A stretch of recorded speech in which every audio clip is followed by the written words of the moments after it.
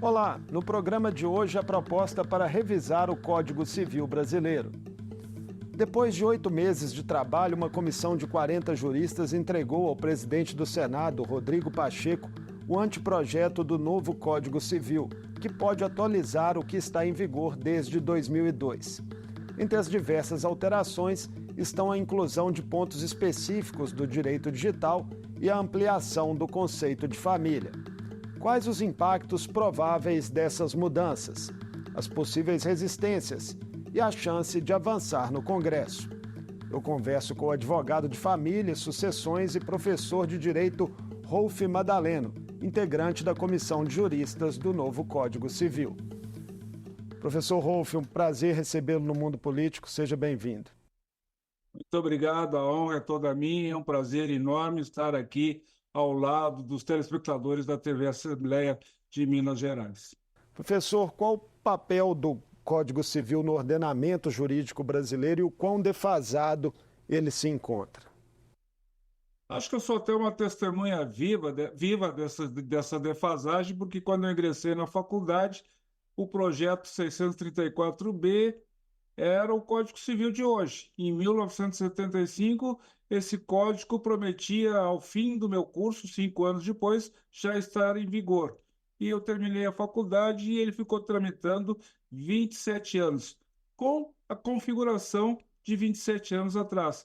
Isso eu acho que explica a defasagem que nós encontramos num código que é aprovado em 2002, ainda entrou em vigência um ano depois, 2003, e já com um projeto de lei pronto, que depois foi arquivado, propondo várias alterações para um código que já estava velho quando começou. E aí a pertinência dessa renovação é aquela atualização que era para ser feita em 2003 e que está sendo feita agora em 2024. E é importante que a população em geral esteja atenta a essa movimentação, porque mexe em muitos direitos que afetam diretamente, né, ali no seu cotidiano.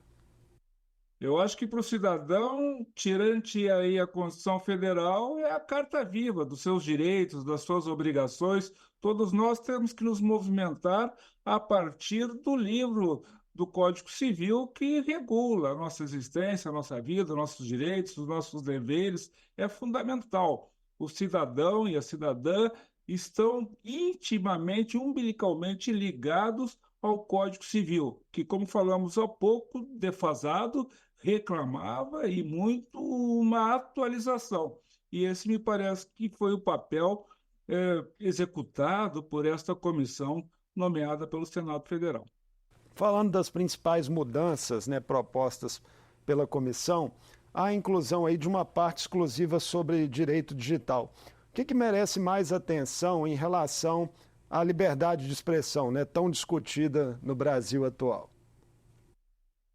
Eu penso que o direito digital abriu um novo livro. O Código Civil, tradicionalmente, ele era composto de 5 livros, sendo o último deles o livro do direito das sucessões, que respeita ao fim da vida das pessoas.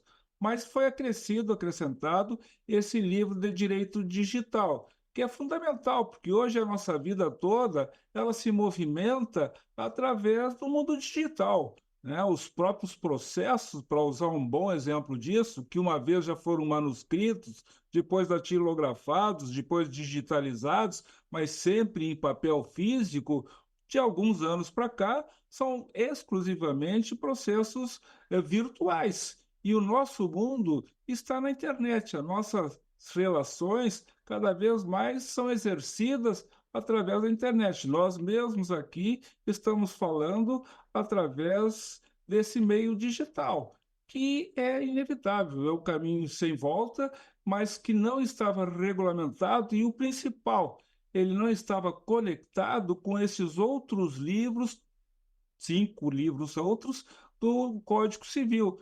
Então, hoje, o direito digital conversa com o direito das sucessões, por exemplo, porque nós podemos, através do mundo digital, saber se entra numa herança, por exemplo, é, é, os créditos que se tem em relação às milhas voadas, né, se isto é herança ou não, e assim por diante. Tudo o que nós vivenciamos no mundo digital têm seus reflexos no nosso mundo físico, mas não estavam regulamentados em lugar nenhum, praticamente. Então, esta foi uma das maiores oportunidades de atualização e conexão do Código Civil com a realidade digital. Foram vários aspectos abordados, né? Inclusive proteção à criança e à intimidade em meios digitais, né? Foi outra Sim, preocupação. sim, sim, criamos, sem a menor sombra de dúvida. Quer dizer, o mundo digital hoje, às vezes, é um mundo descontrolado, né? E a regulamentação, ela já tem outras legislações que já regulamentam o mundo digital, mas o Código Civil complementa, reforça, principalmente em relação à criança e ao adolescente que têm e precisam ser muito, muito mesmo protegidos, porque a exposição das pessoas incapazes, se não tivermos uma regulamentação firme, forte, eficaz no sentido, inclusive, da punição e de evitar que extrapole e que façam um mau uso desses meios digitais em detrimento destas pessoas vulneráveis, é importante que se tenha uma legislação que conecte e assegure os direitos destas pessoas como um todo. Falando agora da área que o senhor conhece, né, mais profundamente, que é a parte de direito de família, né, foi aprovada a ampliação do conceito familiar para incluir vínculos não conjugais, que agora, né, passam a se chamar parentais. Quais os efeitos práticos se busca com essa proposta? Essa área do direito de família me toca com maior sensibilidade, porque eu fiz parte exatamente da comissão destinado a revisar o livro de Direito das Famílias. E nesse sentido, então, houve grandes transformações no âmbito do livro de Direito de Família. Dentre essas transformações, a família, que antes se chamava conjugal ou família convivencial, em realidade estabelecia uma diferença entre os que eram casados e os que não eram casados, que viviam em união estável. No momento em que nós identificamos, unificamos como famílias parentais, nós estamos nos referindo a qualquer espécie de família, dentre essas que são reconhecidas, inclusive, pela Carta Federal. O anteprojeto também legitima, né, a união homoafetiva, que é reconhecida em 2011 pelo Supremo Tribunal Federal, mas que ainda estava fora aí do ordenamento formal. Qual que é a importância disso entrar efetivamente no Código? Na verdade, a mudança não vem muito do Código. Como o senhor bem referiu, ela já tinha uma decisão do Supremo Tribunal Federal que reconhecia os casamentos homoafetivos entre pessoas, né, do mesmo sexo. O que o Código tratou de atualizar na revisão é que este Código, tanto de 2002 como de 1916, diziam, expressavam que o casamento tinha que ser entre um homem e uma mulher. O que a comissão na revisão estabeleceu foi que um casamento e uma união estável, ela se estabelece entre duas pessoas do mesmo sexo ou de sexos diferentes, mas entre duas pessoas, sempre entre duas pessoas. O que remonta a dizer que, por exemplo, não foi aprovado por esta comissão os casamentos entre mais pessoas, né? Embora haja um movimento aí bastante forte social de que se reconheçam a legalidade, se deem efeitos jurídicos ao que nós chamamos de relações trisal, estas relações não foram contempladas nesta revisão, aliás, atendendo a decisão recente também do Supremo Tribunal Federal, que só reconhece as famílias bilaterais entre duas pessoas do mesmo sexo, de sexos distintos. Qual a visão pessoal do senhor a respeito desse aspecto em específico, né, dessas famílias aí compostas por mais de duas pessoas? É um tema delicado, né? Eu, talvez pela minha idade, eu ainda fui criado e toda a minha formação veio dentro daquilo que nós conhecemos como famílias monogâmicas. Para mim, as relações parentais ou conjugais, elas são entre duas pessoas, não importa se do sexo idêntico ou diferente, mas sempre entre duas pessoas. porque se eu quiser estabelecer uma relação com uma terceira pessoa, concomitantemente, porque essa é a ideia, por exemplo, do trisal, que convivam três ou mais pessoas dentro de um mesmo lar, de uma mesma moradia, isso é uma realidade, acontece, né? Mas não é uma realidade que ainda está consentânea, ao menos com a minha formação, que, como eu disse, ainda respeita uma situação de relações parentais ou conjugais, sempre entre duas pessoas. Para incluir um terceiro, um dos dois teria que sair. Uma curiosidade que me acometeu, professor Rolf, é se houve muitas divergências, né, no seio da própria comissão, né, porque são debates muito latentes e especialistas de currículos vastos. Olha, isso sem sombra de dúvida. Eu poderia dizer aqui em off que foi uma discussão bem desgastante, exauriante, porque, evidentemente, numa comissão formada por três, quatro juristas, esses pensamentos variam, né? Na Comissão do Direito de Família, obviamente, tinham pessoas que entendiam completamente diferente da posição que aqui coloquei e que então traziam esta discussão acalorada, respeitosa e principalmente gratificante, porque ela vai construindo em cada um de nós um conhecimento adicional, ouvindo outros pensamentos, outras ideias, outros razoados, que fez com que muitos de nós, em alguns momentos, inclusive, trocássemos de ideias, né? Aderíssemos a essas posições que antes não nos eram simpáticas. Apenas aqui nessa discussão das relações ou das famílias paralelas, que este é o termo, houve maioria respeitando o que falei antes, né, de uma família monogâmica. Algum outro ponto que o senhor pudesse destacar aí para ilustrar para a gente, assim, que houve divergência, embates mais acalorados?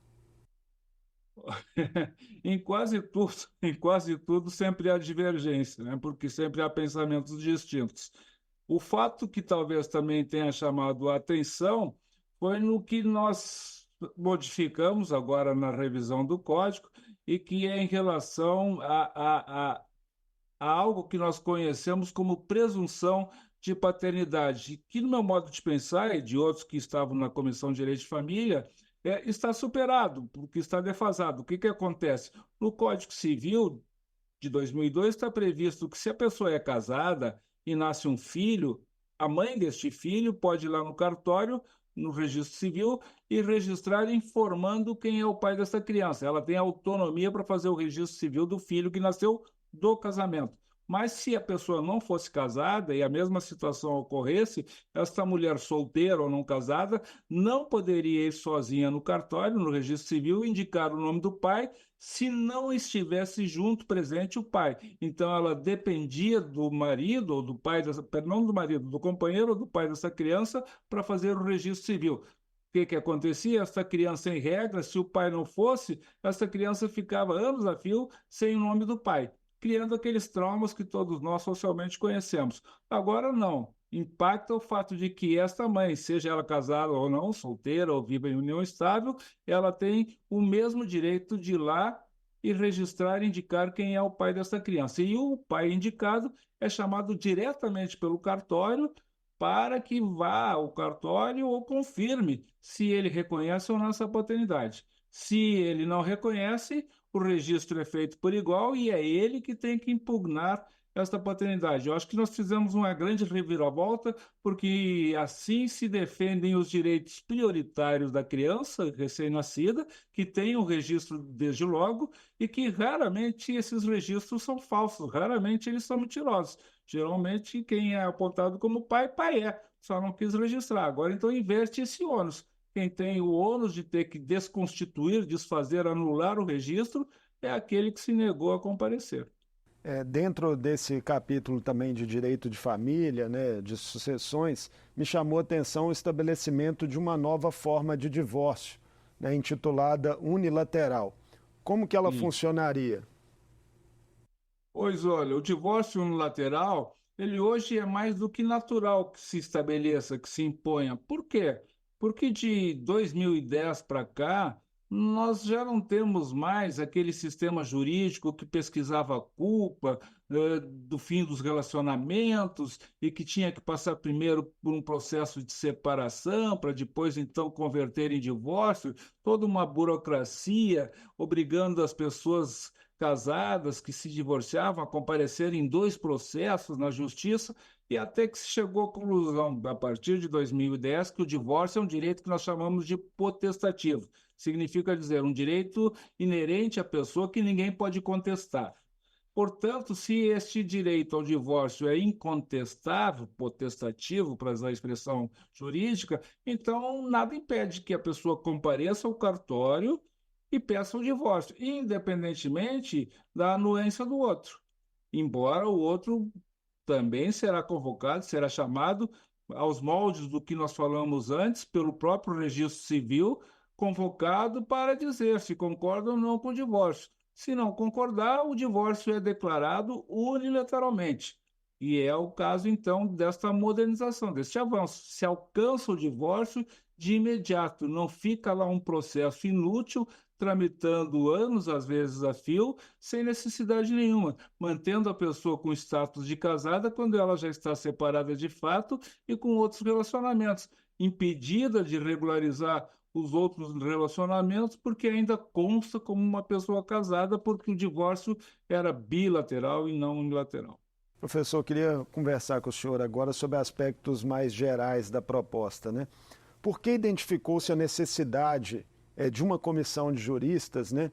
E se ela funciona na prática como uma espécie de assessoramento técnico ao Congresso para uma discussão, né, robusta como essa?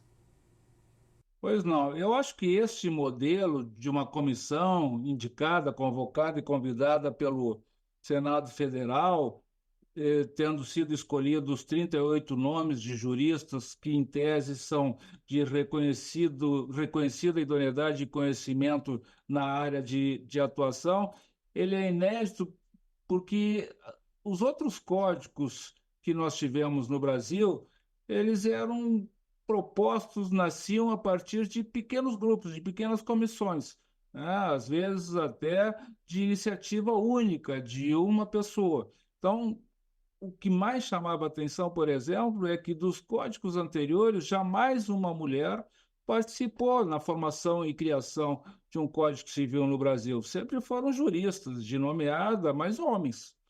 E agora, e sempre em um número máximo de cinco. O Código Civil de 2002 foram cinco juristas convidados para construírem este código, o esboço do código que depois foi aprovado em 2002. Mas cinco pessoas. Agora foram 38 juristas das mais diferentes atuações no mundo jurídico, de professores, juízes, desembargadores, ministros, advogados e assim por diante. E desses 38, 11 mulheres que participaram ativamente na construção deste código, construindo um diferencial nunca antes existente na história da codificação brasileira. E isto, para mim, é um marco fundamental, porque trouxe, a partir destas 11 mulheres, uma contribuição imensurável para que nós tivéssemos um código ou um esboço do Código Civil muito bem arejado, A né? Com presença feminina pensamentos. muda a questão de sensibilidade da legislação? Muda, muda e muito. Uma dessas experiências, por exemplo, onde eu atuei na subcomissão de direito de família, a sensibilidade da mulher é diferente da sensibilidade do homem. Não é à toa que no âmbito do direito de família existem muito mais advogadas familiaristas do que homens que trabalham com direito de família. E isso provavelmente decorre da maior paciência, né, do maior sentimento, da maior compreensão, né, da maneira como as mães ou as mulheres, as advogadas, enxergam as relações afetivas das pessoas, né, e têm, e abrem e se doam muito mais às vezes do que se doariam os homens. É uma realidade diferente, é um sentimento também diferente que, como trouxe para dentro desta comissão pessoas já com larga vivência no âmbito do direito de família, que é o caso do meu livro, eu acho que foi uma contribuição excepcional. E trouxe até o que nós falamos antes, embates interessantes, onde às vezes alguns recuaram e outros avançaram, num conjunto, num trabalho conjunto, onde todo mundo saiu ganhando, todo mundo aprendeu, e acho que a sociedade também ganha, porque tenho certeza que todas as comissões dos 6 livros do direito de família deram o melhor de si nesses cerca de 6 meses em que a comissão atuou, ouvindo a sociedade e todos os segmentos. Eu tenho certeza que o esboço apresentado apresenta uma proposta moderna, atualizada, contextualizada com os dias de hoje. Em relação à sequência, né, das discussões, o senhor tem otimismo sobre a tramitação no Congresso, né, porque é um código que vem com propostas progressistas em um Congresso que é majoritariamente conservador.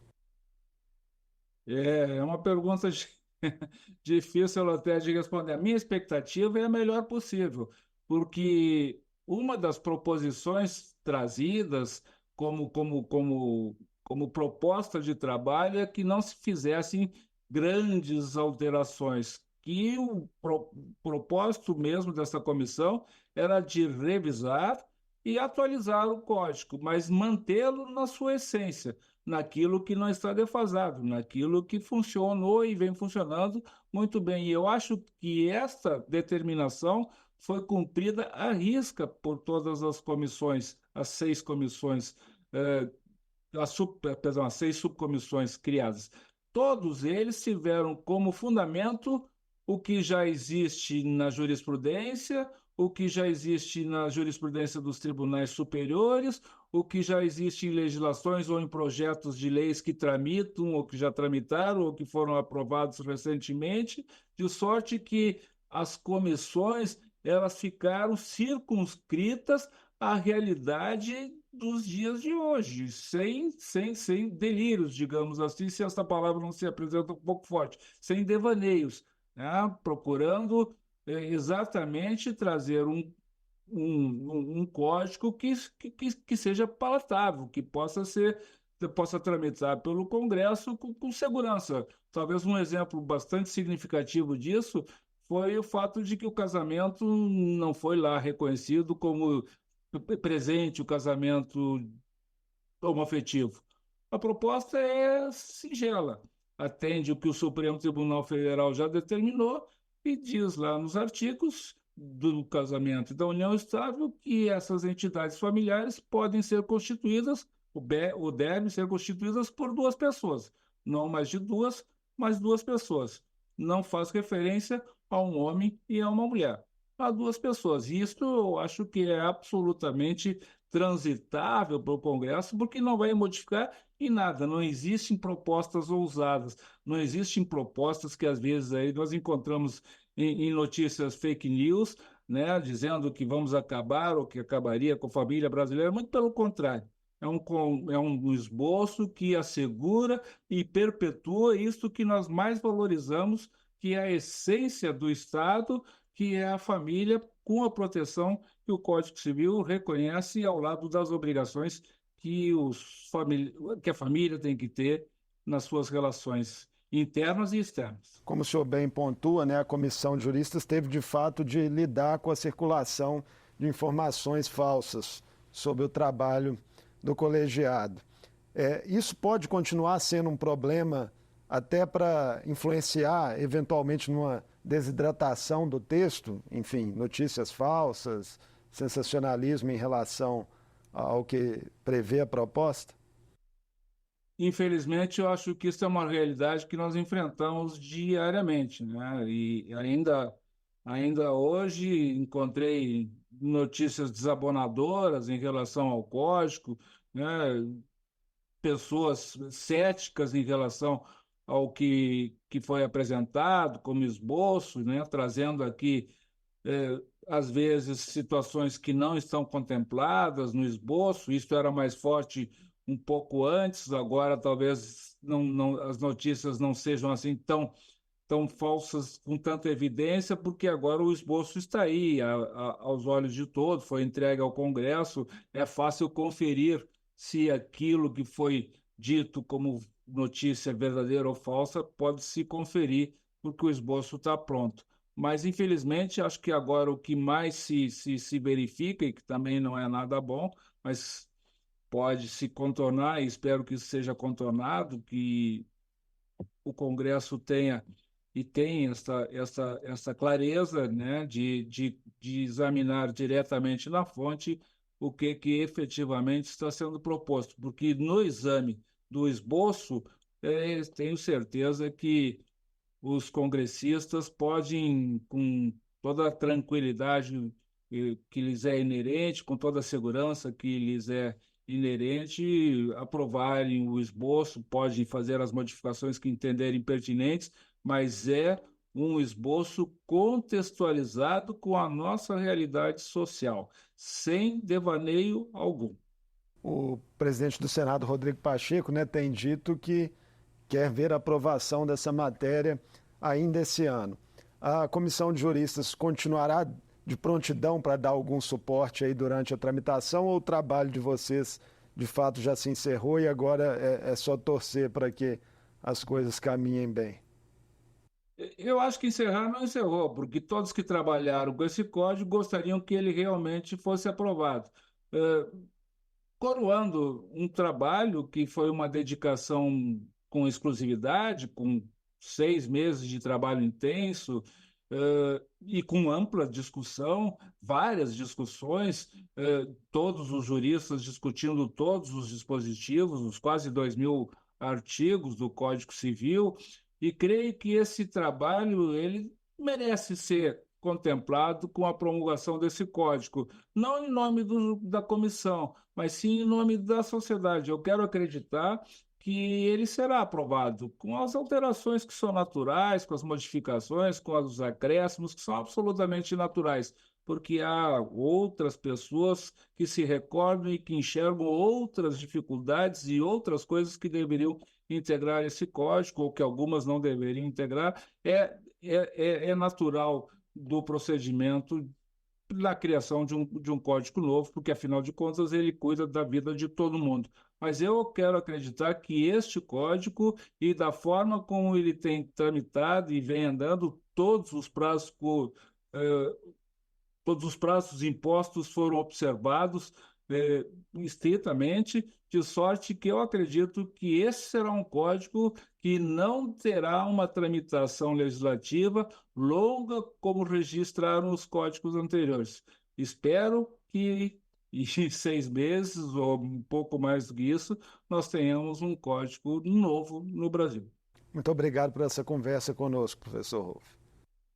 Eu é que agradeço e meus cumprimentos à TV Assembleia de Minas Gerais por essa iniciativa. Um abraço.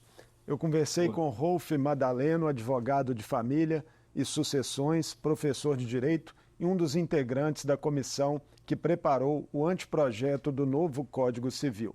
A proposta já foi entregue ao presidente do Senado, Rodrigo Pacheco.